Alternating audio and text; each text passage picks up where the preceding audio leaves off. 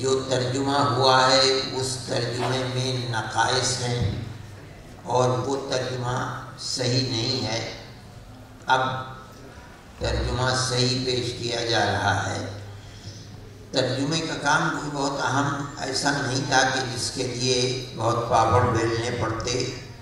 آپ کے سامنے یہ بات ہونی چاہیے کہ وہ کوئی مستقل کتاب نہیں ہے. مولانا نے فرمایا در حقیقت اس زمانے میں پرآشوب دور کے اندر جب ہر شخص کے پیچھے سی آئی ڈی رہتی تھی، یہ سی آئی ڈی کی اپنی تحریریں ہیں جو وہ رپورٹ دے رہی ہے. وہ سی آئی ڈی کس مزاج کا آدمی ہے، کون ہے، یہ نہیں معلوم. وہ رپورٹیں جمع ہوئی. جب انگریز گیا تو وہ رپورٹیں بھی ان کے ساتھ گئیں یا وہ بھیجتے رہے.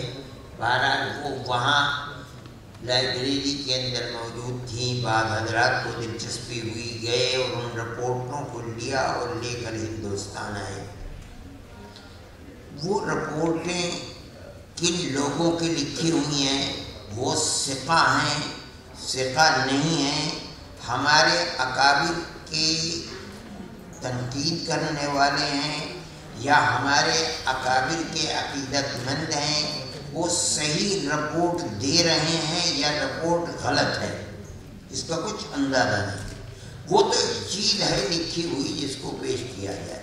جب وہ چیز سامنے آئی تو بعض ایسی تحریریں یا ہمارے اکابر کے ایسے نقوش اس کے اندر تھے کہ جو ان کی ساری زندگی سے تعلق نہیں رکھتے تھے، مناسب نہیں تھے.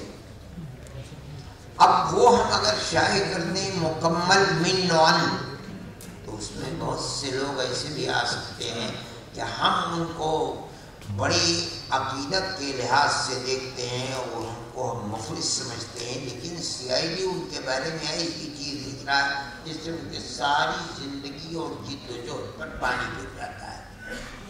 ہم نے اس کے اندر سے ان چیزوں کو لیا جو اس سی آئی ڈی کی تحریر سے ہمارے اکابر کی زندگی سے جوڑ نہیں جاتی تھی. ہم نے اس حصے کو الگ کر دیا. مولانا یہ سمجھ رہے ہیں کہ ترجمہ غلط نہیں ہے، لیکن انگریزی کا ترجمہ تو کوئی عام چیز نہیں. آج آپ جس چیز کا چاہے ترجمہ کرا لیں، 5 دن میں ترجمہ آپ کے سامنے آ جائے گا. ترجمہ صحیح ہے، لیکن اب اگر وہ صحیح ترجمہ جسے آپ فرما رہے ہیں وہ آئے گا تو آپ دیکھیے گا کہ اکابر میں بعض لوگ، یا یوں سمجھیے کہ قربانی دینے والے وہ لوگ جنہوں نے اپنی زندگی کو لگا دیا انگریز کی مخالفت کے اندر، ایسی بھی سی آئی ڈی رپورٹ کے اجزاء ہوں گے کہ پڑھنے والا ان حضرات کی زندگی سے ایک گناہ دور ہو جائے گا اور اس کا نظریہ بدل جائے گا.